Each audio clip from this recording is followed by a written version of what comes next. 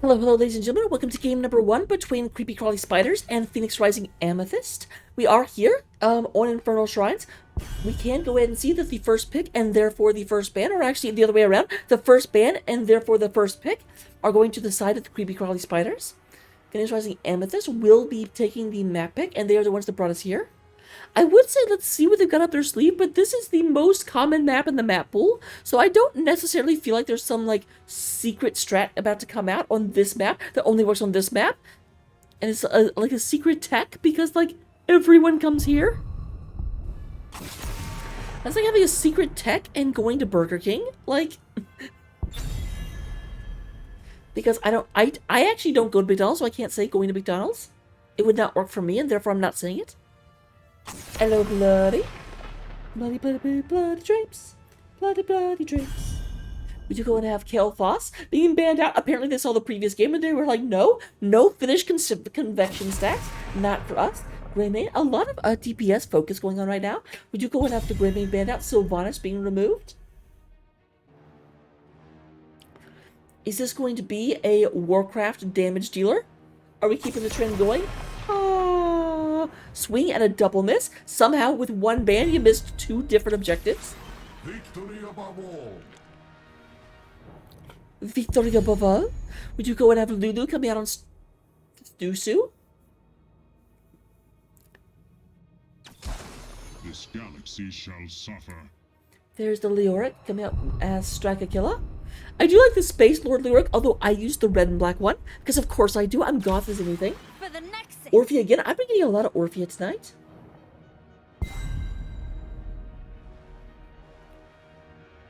So come along, Orphea, please don't make me ask again.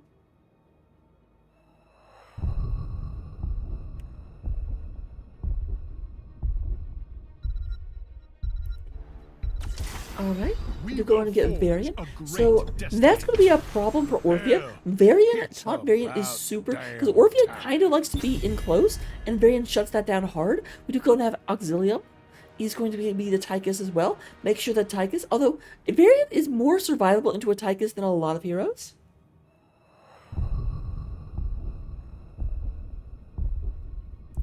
Then maybe a sign they're a little bit worried about a Diablo or a Garage coming out of Amethyst.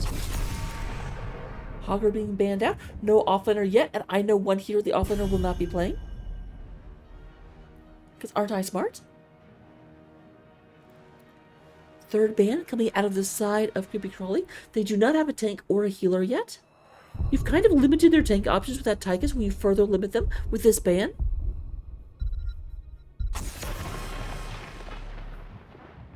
Interesting.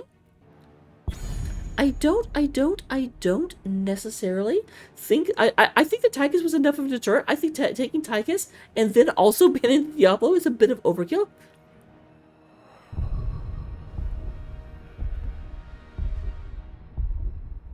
So we still have Barista. So we'll be playing the Lad Anduin, and then a Nubrak, very engage heavy tank. Possibly be responding to the Variant taunts by just going against his entire back lane. Yeah, you guys can't focus the target if you're like fearful for your life.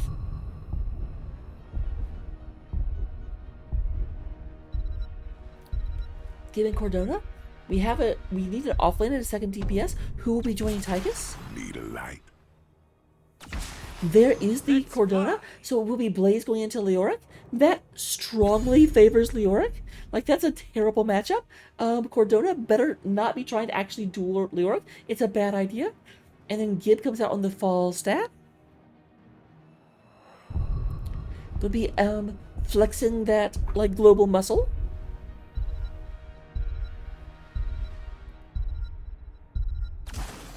With every death comes honor. With honor, redemption. So with that being said, would you go and have all of the heroes locked in? Everything going? It's going to be Leo versus Blaze in the offlane. It's going to be Stukov versus Anduin for healing. And then Varian going into a Nubarak. A little Warcraft battle in the front line. So with that, I will get into the game. I will get predictions up. Put your points where your mouth is. And let's get into it.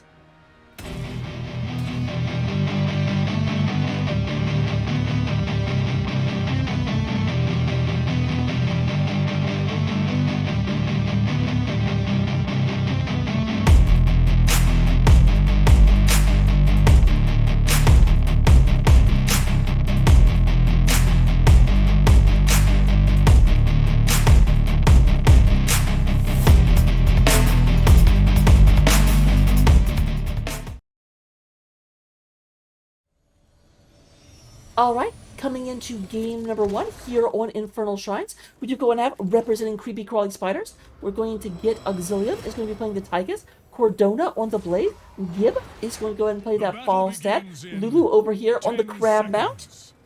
I love the Crab Mount.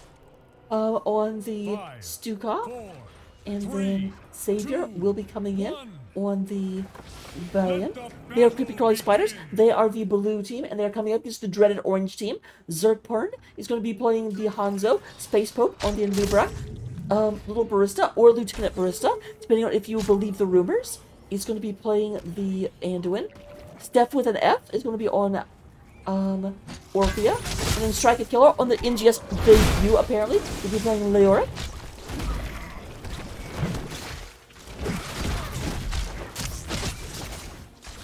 Lots of that good damage coming in here. Going to push the opponents back and rotating down the bottom lane.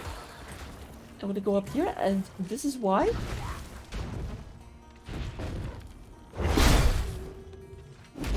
Okay, there we go. Good. I'm glad Cordona's not trying to fight. Because the problem is, your biggest, you're like, okay, you can go in and like, charge them and stun them. But there's nothing about they're just going to drain hope and get their health back. Like, it's really pointless. However, yeah, Cordona, that's a lot of damage. Did you forget the rest of the other team was still here? Because they didn't forget about you. And that's going to be First Blood going over to the side of Phoenix Rising Amethyst.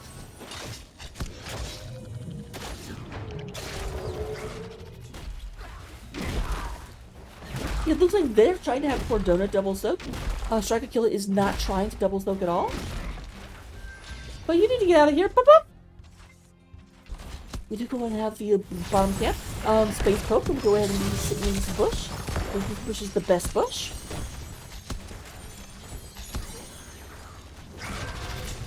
And picking that up. And Falstad in the middle. Stuck in the middle with you. Very not a real boy yet, and that is a second kill for the side of Phoenix Rising Amethyst. We have about a half level lead right now for Phoenix Rising. They have hit level 4. Let's go and take a look at these talents. See what we can find out about them. We do go now. Alright. I don't see this build from Orphea all that often, although I don't pay attention to Orphea's build. We do go and get Frequent Fire up to 5 stacks so far. Quarterback on the Tychus. Low blow, of course. I see that quite a bit. With the light well coming out, and simple geometry. Interesting. The Leo taking that's a weird pick. Because here's let me. I'm an offlaner myself, so filtering to death gives you mana and health whenever nearby minions go down. But you usually get it whenever you're going to be double soaking, because you just get basically since you end up with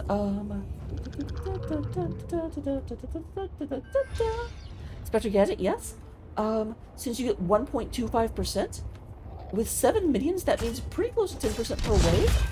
And so getting 20% as you go back and forth, plus a little bit extra because remember your own minions will die. But when you're not double soaking, it makes a lot less sense to go that talent. I probably spent way too long explaining that.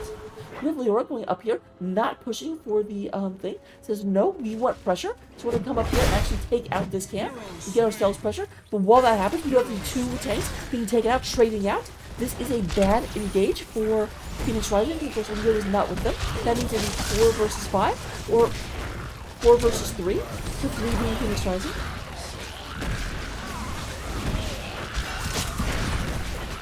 Level 7, just knocking on Leora, PR. We'll see what they can do.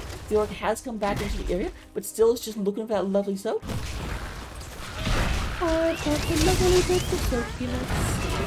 Hit goes all the way top. Deal with that. Here comes the push in, but they only need 2 more. I don't know if they can stop it. Tiger should be able to get this by himself. He's doing a great job denying and pushing them out. Phoenix Rising says, no, you have lost. Nope. You may have lost your bird, but you can go ahead and soak with these last 2. And here comes the Arcane Punisher coming out. Circle gets jumped on. Here comes the Shirley Blue. Everyone coming in. Welcome, welcome. We are in game number 1 of Creepy Crawly Spiders going up against Phoenix Rising Amethyst. With that being taken care of, we do go and Striker Killer. Up here against Gib. We go ahead and have Cordona up in the top lane. And meanwhile, we do have the Punisher dying down below. This is, again, a weird fight. Phoenix Rising does have you 4 versus 3. Don't engage into that. But thankfully, it looks like PB Crawly will not be penalized for that. Everyone does make it back out. Auxilium going to go ahead and slurp these lovely healing juices. But while they do that, Phoenix Rising is going to go ahead and take this bottom camp.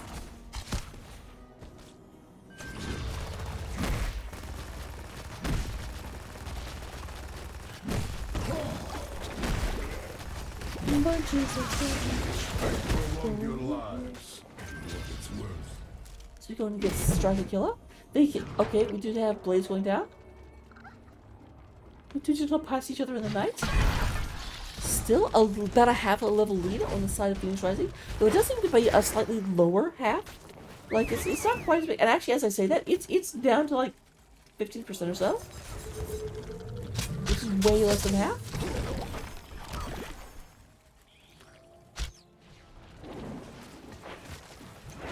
Neither team really trying to engage into the other one.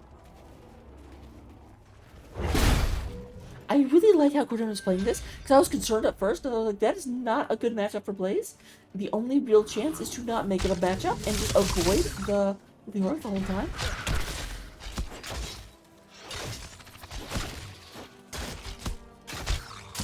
I'm too much of a fighter. I hate bad matchups. I want to be able to go in, swamp them on the head.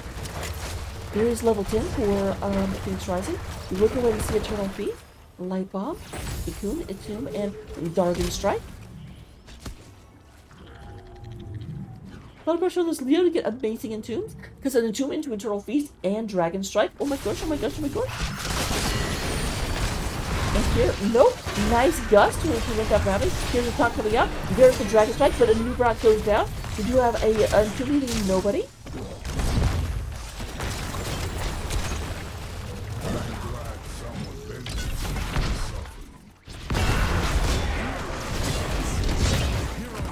That's what you get for trying to entomb us. So this is going to be Creepy Crawly Spider. We're taking advantage of the, boost engage. They're going to try and go in here, try and get the front wall. Stever takes a couple of cannonballs to the back. And says, you know what? This sucks. Maybe I don't want to be underneath all that cannon fire. We do go and have a lot of damage going up. Lulu and Gib leading the way.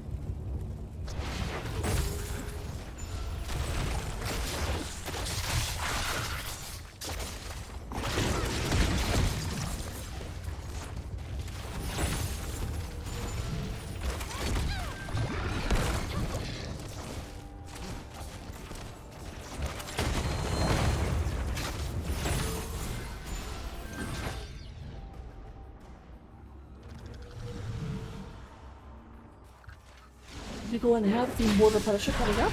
Right now, it does look like we've got Creepy Crawly Spiders trying to go into Occupy. Facebook moves up. Let's go and see Gib on the point.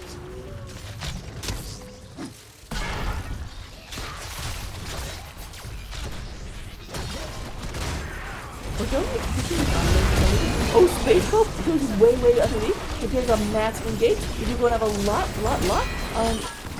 Lulu ends up being in web wrap in the middle of all of that. I think Lulu may have died otherwise. That's a little thing to learn from. So Lulu did go down. That's a lot of R buttons that are already used.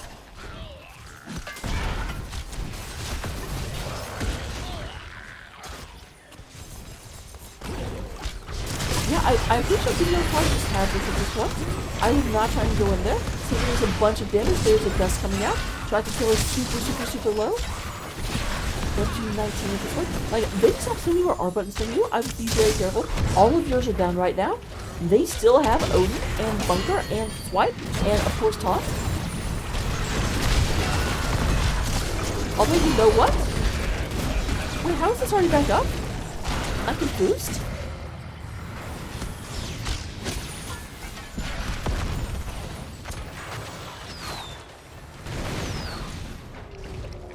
I guess it's not that long a cooldown. I'm surprised.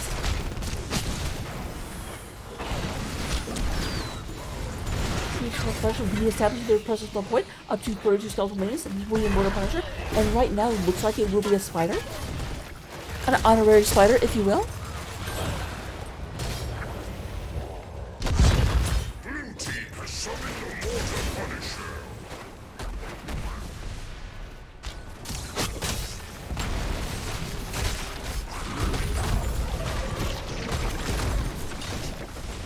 There's the Mortal Punisher. They're going in. They have gone into Cordova down to double so. Trying to go in and extend that experience lead. Right now, it does look like the Beast Fighters are up about a level. And the Palantir.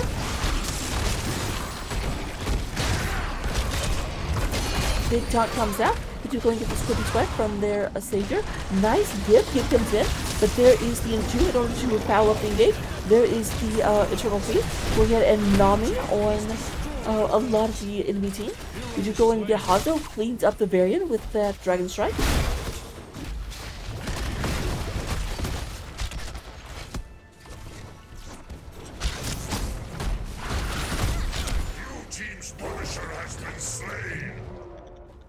They do lose the top fort. This will be the first fort going down against the assault of creepy crawly spiders, but it is only one fort.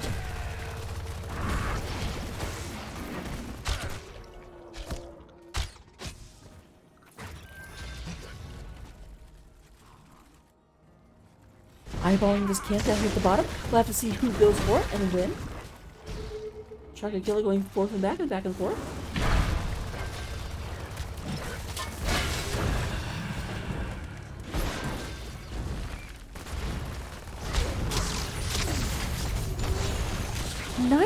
Nice move.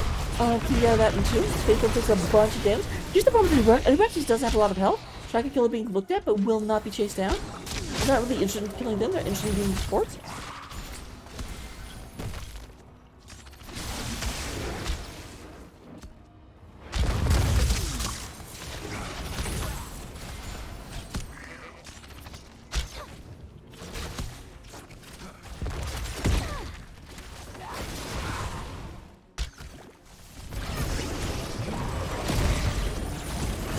Oh, Spaceboat!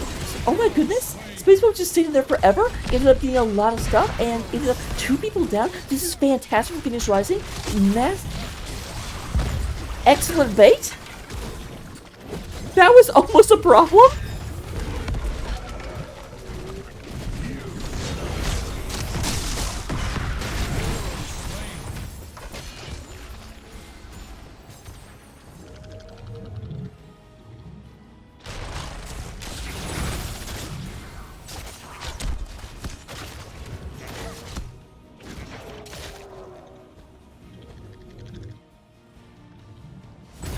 I love how people think I'm going to have the shout-out command, which is anyone can use it. What do you think I am, a noob? Also, shout-out command actually is audible, so I definitely do not have it. I don't think I can over here.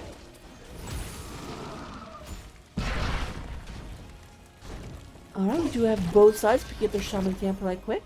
Leo is coming right back. I'm going to get this cleared out real quick with that big old, with a big boy swing.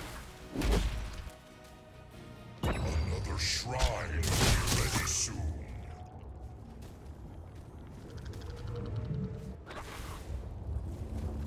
We have a shrine coming up. When we're in the middle, it will be a frozen Punisher when it comes up.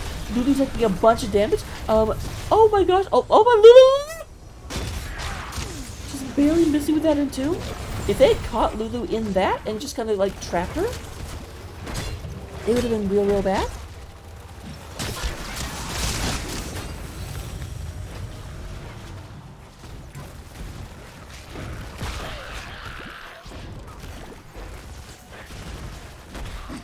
People in half. With no one going down. Again, we're down 2 ults. But it does look like they've just decided to go. Not gonna push this right quick. There's Savior in Space Mode. Here comes Leo in the side.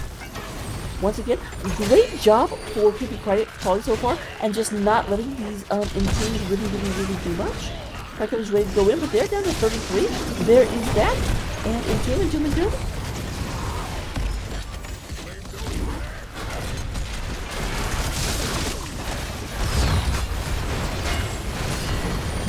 I have to say this fall set is doing a fantastic job just waiting for, like, holding the gust for when Leo goes in, looks like he's going to do, and just gusting them right out.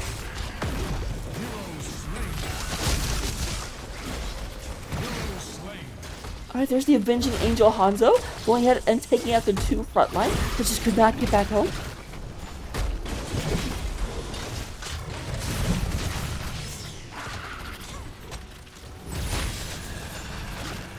Frozen Punisher is moving in. onto the structure of Phoenix Rising.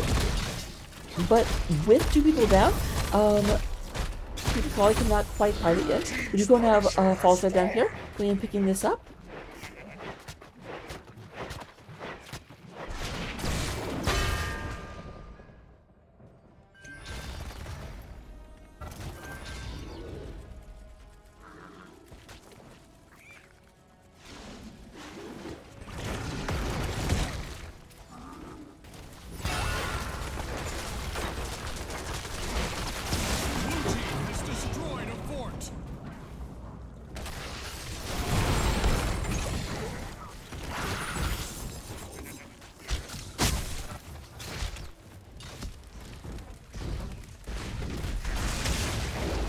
Here's the weapons going through. Nice and unstoppable. Strike Crawly not going to be assaulted. Does have Entomb up. Need to be careful. There's a lot of them are very, very close together. That's what we were looking for. That's the wombo that we've been trying to get this whole game. There goes Tychus. Saber looking super, super low. Spin smoke on top of them. Here's Strike Crawly says, no, you don't get to leave. Well, bye. They've gone back here. They say, no, Lulu is got cocooned. I gotta say, this Noobrag needs to calm down with the cocoons. That's the second time this game I've actually seen cocoon used on a target that's in the middle of a wombo. Just kill the target. Don't worry about cocooning them.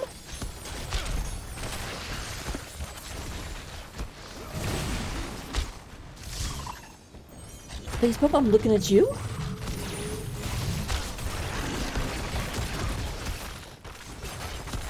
Alright, Leoric has finished their level 16 quest. That now means that their auto attacks are just blindingly fast. Check this out. Boo, boo. Okay. So you're supposed to keep attacking so I can keep showing it off. I think I'll say boo twice and that's terrible. So here we do have Phoenix Rising. Starting to move out. Hiding in the bushes, waiting to see who wants to come north.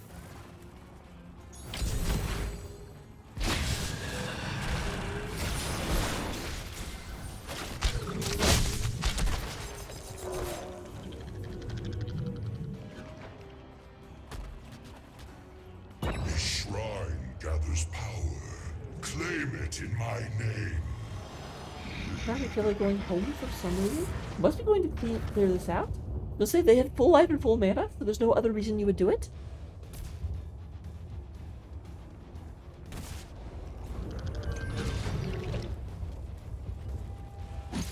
So there's a shrine activating down here. This will be a mortar punisher when it comes out. If this can be taken by creepy crawly spiders, it will be going down an undefended lane.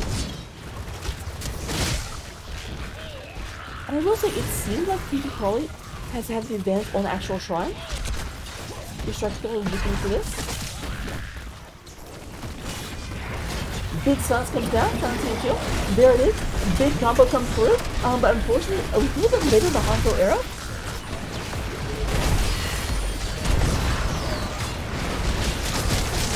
Poor Striker does not get to move. Together, has almost no health left. There's the big red button for auxiliary. They're going to be dropping a nuke on the Velvet. Faithful, down to like 9, down to 300 health. He's going to get out of there. But what's much weaker healthful on the side of Phoenix Rising as we do have Creepy Crawly moving back onto the point. We're at 25% super even. We do go ahead and have another nuke comes down and kill some of the Shrine Murkies.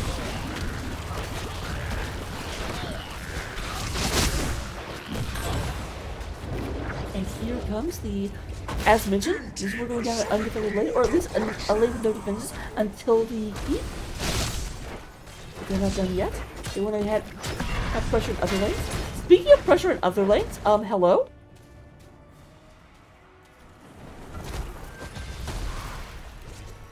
I kind of feel like they have forgotten that's up there, because I almost forgot it was up there. I took the meme map, I'm like, wait a minute, oh my god! How did that happen? Their health just kind of like stopped existing. It almost looked like a inline hot patch, but they were just like, yeah, we have adjusted this character's health to like 10 in this one game. A new bat goes down. Todd and that's going to be Striker Killer going down. Vados, this may actually be because Fighters going for the win. Each bunker is down. Only 2 people are left defending. And they are looking at core. Dip does not have a lot of health left, but that may not be a big deal. What can Orchia do?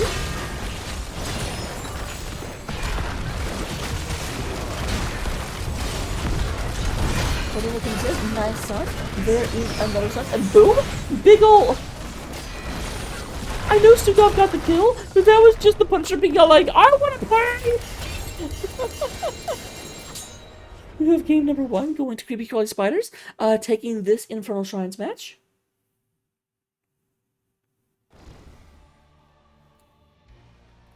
Here we go ahead and have, in terms of hero damage, Zerg Pern leading the way with 78,000. Steph with an F, or alternatively, Steph went off. It could be either one, you don't know. It does do 58,000, and then Tychus with 36. In terms of healing, we do have the Lulu. Lulu just, like, that's a lot of out-healing. Now, granted, though, as I always point out, the fact that Lulu got 99,000 whenever all the damage was coming from the red team doesn't mean any slight against little Barista. There was just more for Lulu to heal. And then, of course, looking at the experience, we have 20,000 coming from Cordona and 19,000 coming from Strika. Talents, we got these. Looking at Leoric, did you go ahead and go for the attack build? We're doing it Neo Peasants. Surprising. I mean, that does help with the Shrine Clear, do not get me wrong. It's not a bad talent. But, like, this is not helping Leoric with team fights at all. Leoric really was just being an Entomb Factory. And then we do have Drain Momentum. Looking at the side of the Blaze, Adrenaline Stimpak, and Zero Gauntlet, Suppressive Fire. Would you go and get... Okay, very normal build there. And I will see you in game number 2.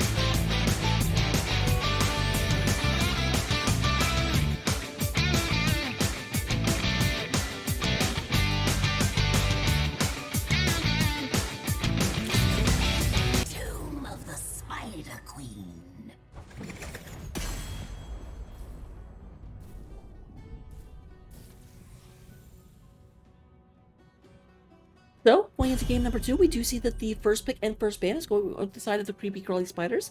That does tell us that Phoenix Rising Amethyst has gone ahead and taken map pick and has taken us to Tomb of the Spider Queen, which is a bold choice, to be honest. Like, if I was playing a team called Creepy Crawly Spiders, the last thing I would ever want to do is take them to Tomb of the Spider Queen. I feel like this is where they're... This is like going out to a field of battle and like losing a joust against an enemy knight and being like, all right, next fight, your king's throne room. Like, what?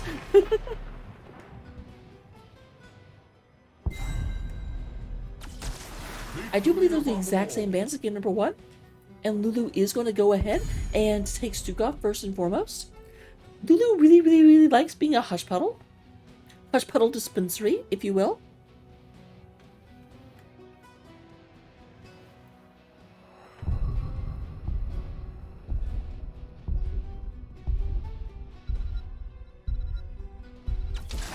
For the Nexus. Alright, so Striker Killer going to get on that blaze. Orphea getting on... well, Orphea being played by Steph with an F. And yes, We will forge a great Aloha, destiny. is it Aloha Kalola? Well, Thank you very much for the resub. I appreciate you. damn time. I meant to say that, but we were like in between. I wasn't talking. But I still appreciate you, even if I forget to talk. Savior going in and getting that variant one more time. And we do go in and get Auxilium coming out of the Tychus once again. Will we see the Veil of Diablo even with Tychus being picked? There's Hunter coming into my chat. Hunter coming to see if I can play Stormbleed yet. It's like, it's still casting? Oh my god. I like casting.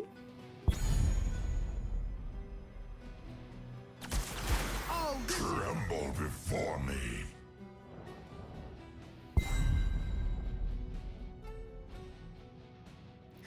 I'll try to remember Koala. I can't promise anything. Cordona coming out with the Skeleton King. He's making Banshee's Wail. And actually, you know what? I can't tease Creepy Crawly Spiders for banning the Diablo, since Space Pope still went the Diablo, so I don't care about your Tychus. What does the bigger they are do? I don't know. I can't read. None shall flee my grasp.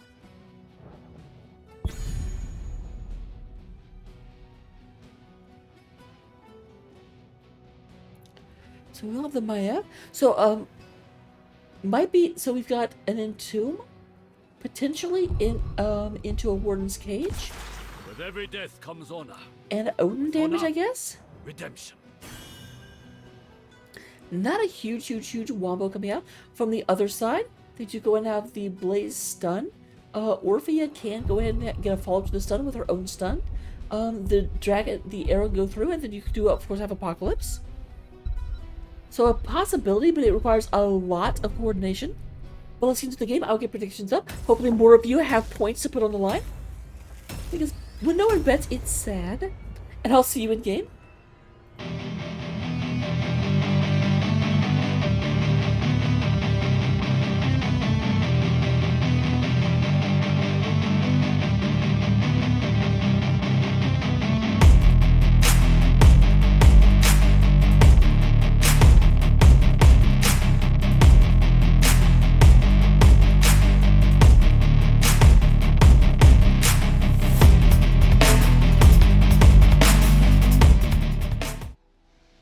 Alright, here we go into game number 2, representing Creepy Crawly Spiders, trying to make this a 2-0 domination. We have Cordona on the Leora, Auxilium is going to be on the Tychus, Gib coming out and playing that Maiev.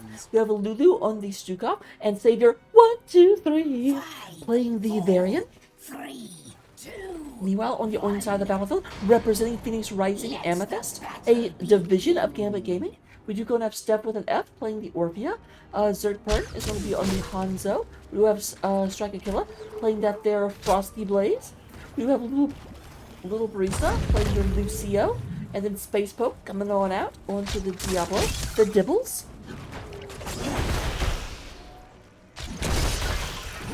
Hunter, as surprisingly isn't, this map was picked by Phoenix Rising, which is boggling to me, Because this should be home field advantage for Creepy Crawly. Like, I feel like it should be their best map.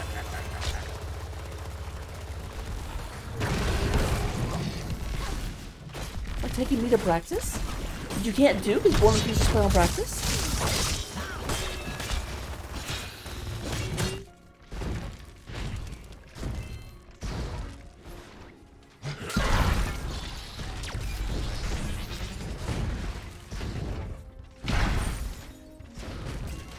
Alright, nice back and forth. We do go and have the teams kind of posturing against one another. Let's go up here with the barista.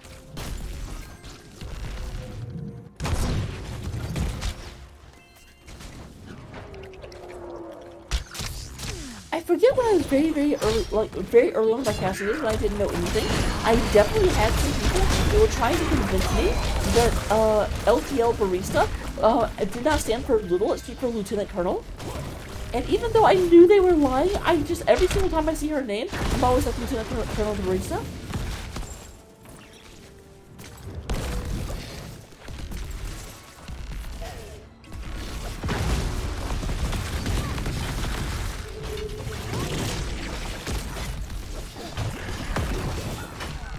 Very early pickup on this camp coming from the Creepy Crawly Spiders.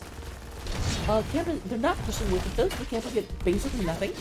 Like, it occupies their opponents for a second so that they can use that time to pick up experience stuff. Oh, that's something. Okay, Gibbler's taking that. I can see the whole mini-map, I still missed it. I'm sure I could kill it. Yeah. Like I said, Blaze into Leoric is a terrible idea. And now Cordona is on the better side of the engage.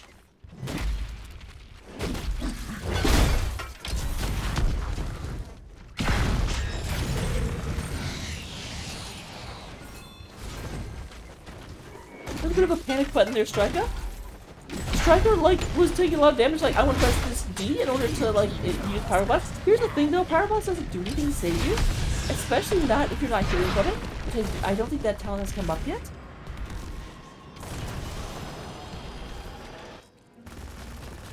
Even when it does come up, I'm pretty sure that, you have to, like, do damage. See, I've just incinerated Gauntlet so far. Hopefully no one minds. I'm obviously not framing the players. I'm not, criticizing them. I'm just, talking about what I see. Hopefully it helps. Without being like, oh my god, I can't. Because I'm not toxic. I don't know who tells you that. Shut up.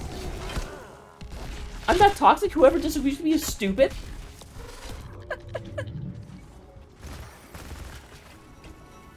Lulu, turn in your butt.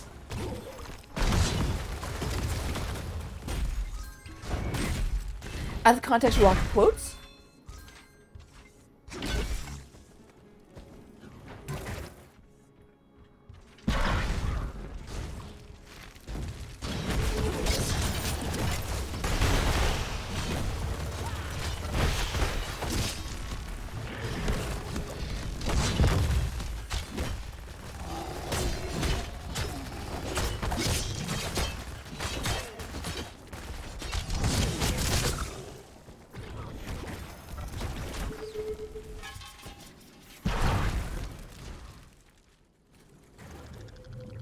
I am not 100% sure what the person was looking for.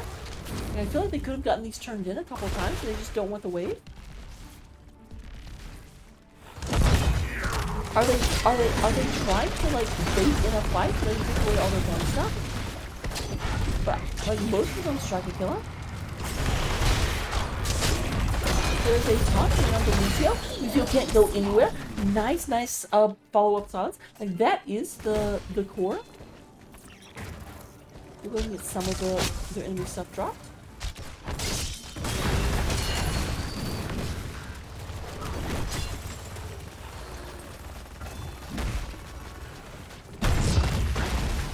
Space Mode goes ahead, takes a whole bunches of damage. There is stuff to that. Dropping in a little bit of damage. Space Mode does have to drop out. Oh! Bring it back in while in Titan's range. That might be a big mistake. And yes, Diablo goes down. He's in too deep.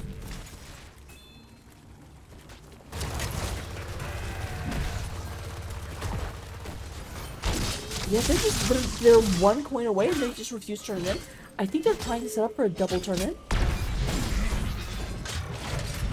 Power grows. Yeah, 18. Plus 5, plus 12, plus 20.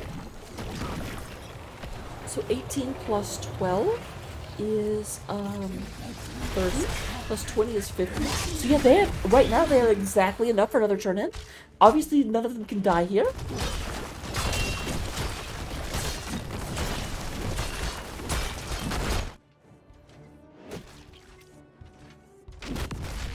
Ignoring top lane, even though that's the boss lane. Never mind, it begins west north. Dropping Diablo into the silence, and we'll take that out. Diablo's still at 87 souls, so does have to go down for the full 20 seconds. Meanwhile, there is Leora going and picking this stuff up and pushing into the right. The top lane fighter is gone at this point.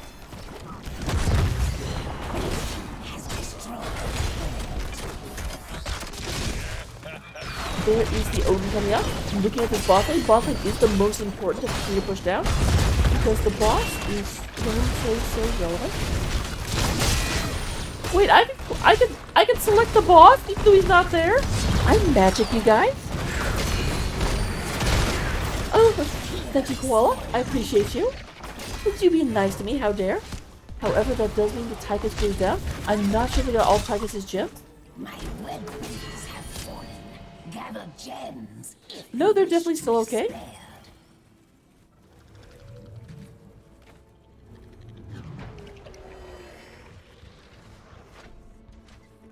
The clutch is ready to form again. Return the gems to me.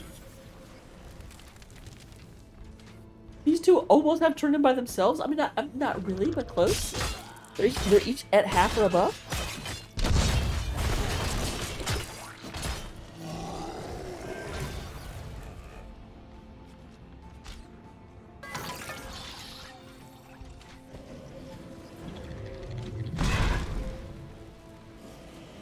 Big turns happening here. I'm surprised they stopped looking at it.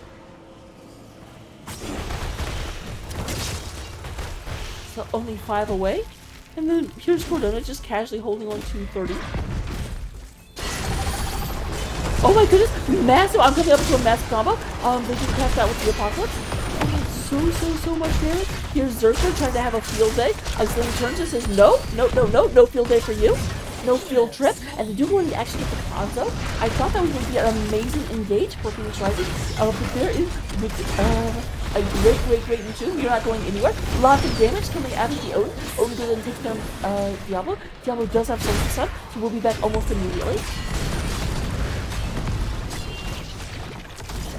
We're going in saying, okay, I'm going to turn in, well, at least 5 of these. I'll have 33 after this. The clutch is filled, blue team. My power shall aid.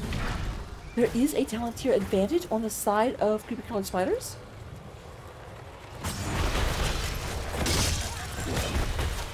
My web needles descend upon the red team.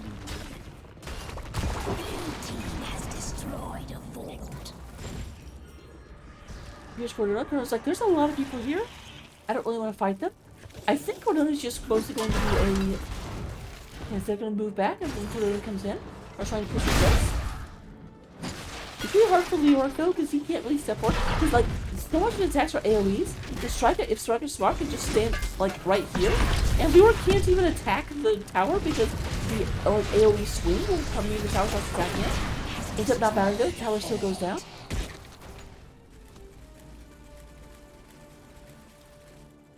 They're knocking on Keith. Also knocking on Striker.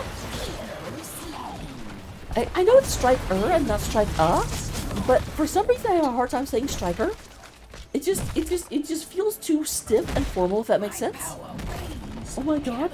And Spiders have another turn in already. This is yuck.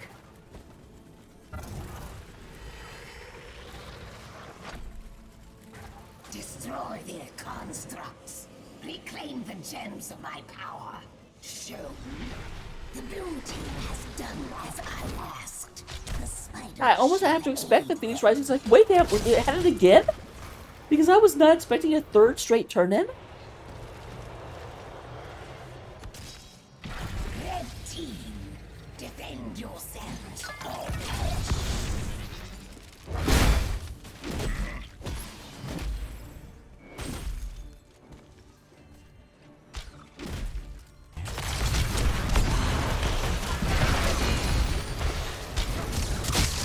Alright, that one is so much toast. But again, like, I don't even, I mean, I guess this is going straight to core, because this one's not the one they need to push with. They want to go ahead and open lanes up.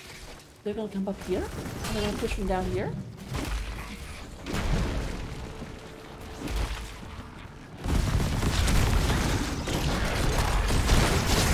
Oh, a little bit of lag coming up. I'm sorry, guys.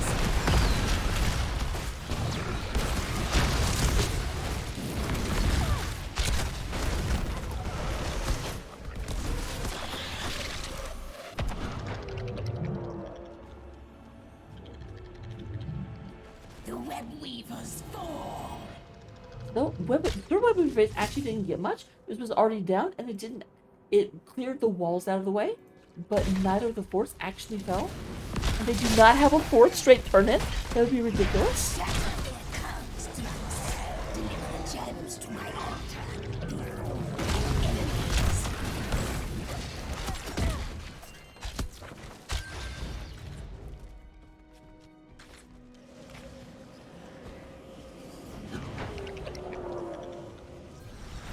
Well done, red team. Also, they can do all of their lanes are super pushed. Bottom seems the best, but of course immediately as I say that, there is a mercenary camp coming in to push in bottom. It does look like most of the orange team is here in the middle lane trying to push this through. They're having to fall back. They are down 2 levels and a talent here right now, so this is just not great for them. They also have not actually taken down any buildings, so the gradual experience they're getting is negligible. I'm not 100% sure you even get like overtime experience unless you destroy the building. When everything is still up, it might legitimately just be. I guess the easiest way to test that is to play 1v1 and have both people stay in their core and see if they got any experience. I think you actually do, now that I think about it.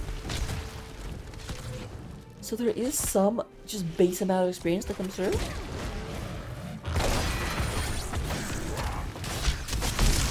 There's the sun. We're going to try and get this taken care of. Oh my gosh, does Savior survive? Oh, that's illegal? The spider freezes.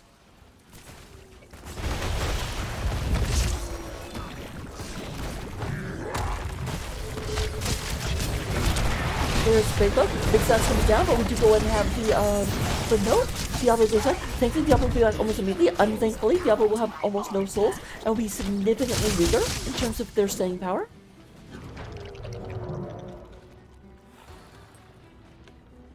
With that being taken care of, we do go and have Auxilium, Cordona, and Lulu up the top. They're trying, they don't quite have turn, they still, they don't quite have turn in, but not quite. I mean, they're 30 away.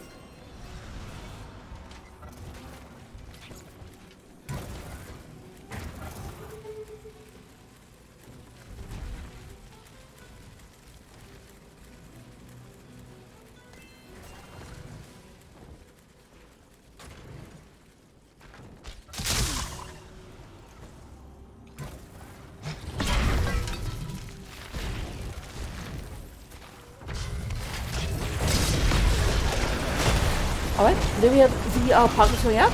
A lot of people get out of it. There's a big taunt. People have almost no health.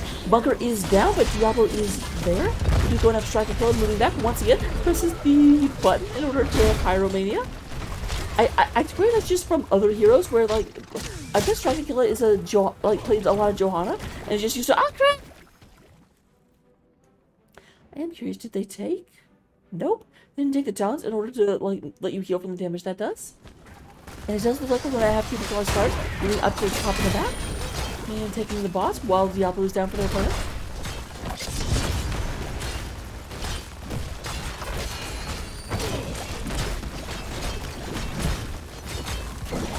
Here comes some spiders coming out.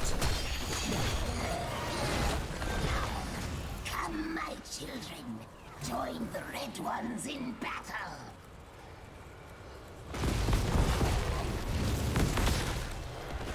So this is going to be the pin up at top.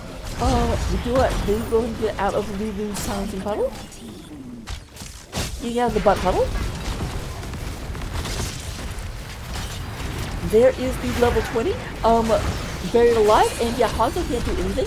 He was not able to press buttons for a very, very long time. We keep going on Space Boat trying to move back. There is the Tychus, Odin coming down.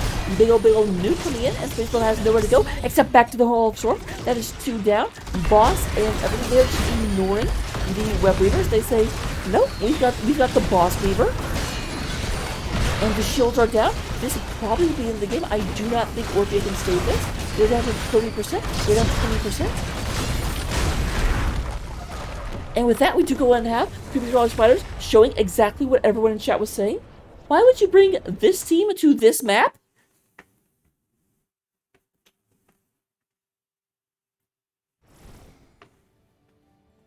Alright, well, let me go and see if I can get an interview right quick. One moment. So I didn't get to do one before.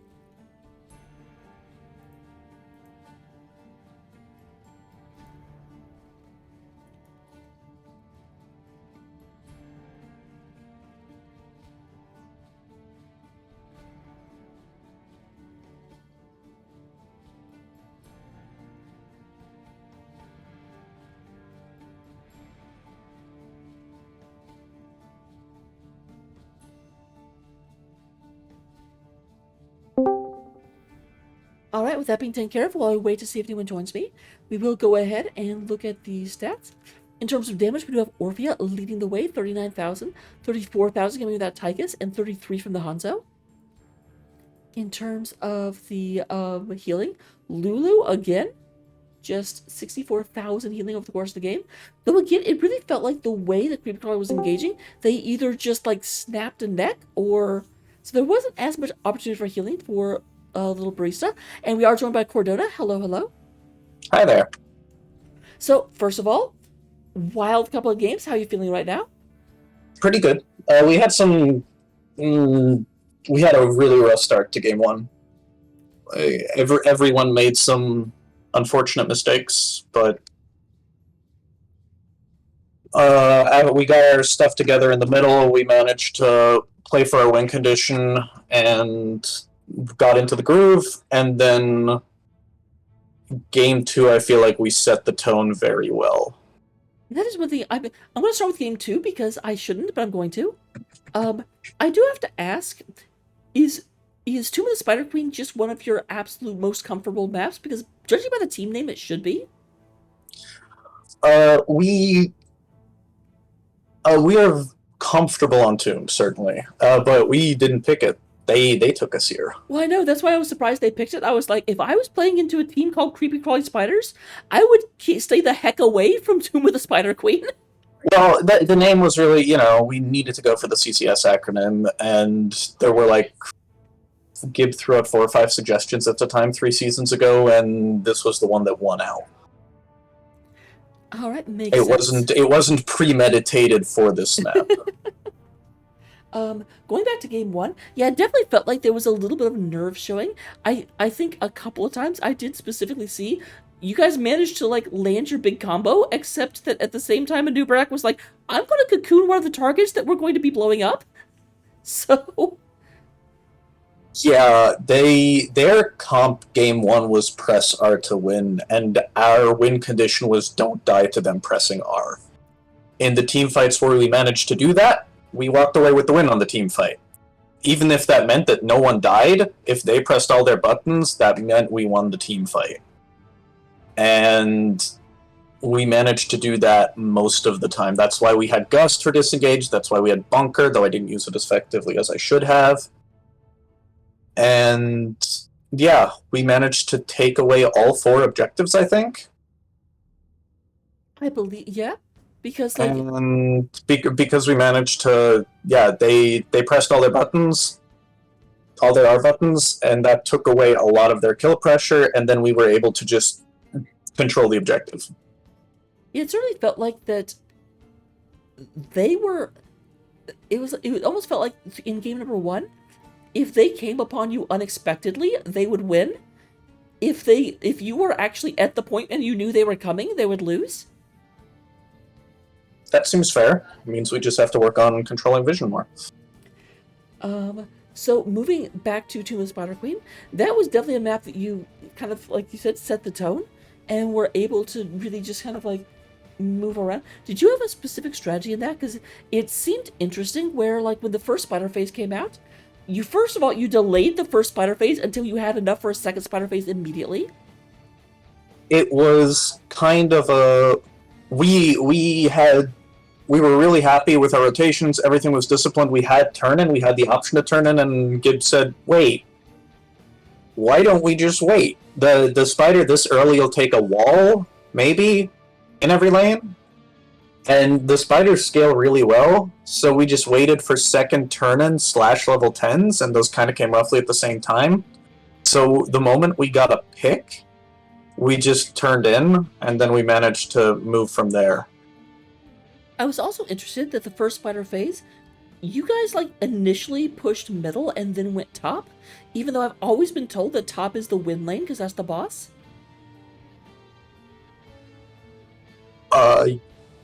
Yes, because they had broken down enough middle that mid fort was practically guaranteed. So then you go top to get more value top. But getting middle open with a variant comp opens up the map for you.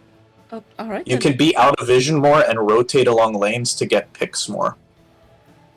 That makes a ton of sense. And then the last question, even though you kind of already addressed it. Actually, you know what? You already talked about where the name of the team came from, so I'm just going to flip the question. Why are you named Cordona? Is there a story? Sure. When I played the original Knights of the Old Republic RPG, that was a name that was auto-generated, and I liked it, and I kept it. Oh, that's a really cool story. It reminds me of the NGS team Artemis. Kind of the same story. They were playing both NGS and Heroes Lounge, and they met in Heroes Lounge and were a free agent team called Artemis, and they were just like, this is a cool name, and they've just kept it ever since. Oh, did not know that. Yeah. But those are all the questions I had. Let me go and turn it over to you for any shout-outs you might want to give. Contractually obligated. Valk's mom, we'll start with that. Shout out to the team, as always. We switched around roles this season, and everyone's coming along very nicely in all aspects. Everyone's growing week to week, which is fantastic. Shout out to PRA. Despite a roster switch-up, they're looking decently solid. Not quite as strong as they did at the end of last season, but considering they switched multiple members out, it was a good series. And yeah, thank you for casting. My pleasure. I want to thank the hotel for getting power back, because we were not sure. I felt so bad. I was casting the first game before this one, and in the middle of game 2, it's just everything went black. Oof. That's certainly a viewer experience, I'm sure. It sucks too, because it was a 3-game series, so I know what team won game 2. I have no idea how. All right. But well, thanks for you cast a ton of Div E games, and that's always appreciated. I certainly try to. I don't want to rise too high because I know that my analytical skill isn't there. But you know what? If I stay near the bottom of the divisions, then hopefully the people playing won't notice. All right. Well, have a good evening. Thanks for having me. You too. Thank you. Congratulations, and I'll see you in the future, hopefully. See you in the Nexus. With that, we're actually going to go ahead, and there are no other NGS games being cast right now. But we're going to go over and raid in one of my, don't you dare tell her I said this, but one of my, like, best Twitch friends. I don't say best friend because, like, I don't know her. I've never met her in real life. But in terms of Twitch friends, she's one of the ones I've had the longest and has been super supportive. So say hi to Sanea for me.